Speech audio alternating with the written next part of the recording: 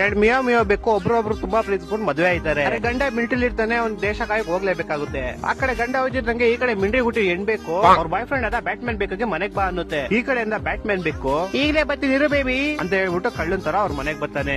ಈ ಕಡೆ ಅವ್ರ ಗಂಡ ಅವ್ರ ಎಂಟಿ ಫೋಟೋ ಉಲ್ಟಾ ಇಟ್ಕೊಂಡು ತುಂಬಾ ಬೇಜಾರಲ್ಲಿ ಇರ್ತಾನೆ.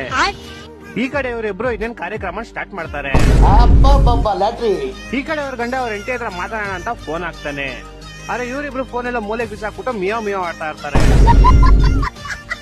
ಅಕ್ಕಂಗ್ 9 ತಿಂಗಳಾಗುತ್ತೆ, ಹೆರಿಗೆ ನೋವು ಬರುತ್ತೆ, ಹಾಸ್ಪಿಟ್ಲ್ ಹೋಗ್ತಾಳೆ. ಆಂಬುಲೆನ್ಸ್ ಇಂದಾನೆ ಅವ್ರ ಬಾಯ್ ಫ್ರೆಂಡ್ ಫೋನ್ ಹಾಕ್ಬಿಟ್ಟು ಮ್ಯಾವ್ ಮ್ಯಾವ್ ಮ್ಯಾವ್ ಮ್ಯಾವ್ ಅಂತಾಳೆ.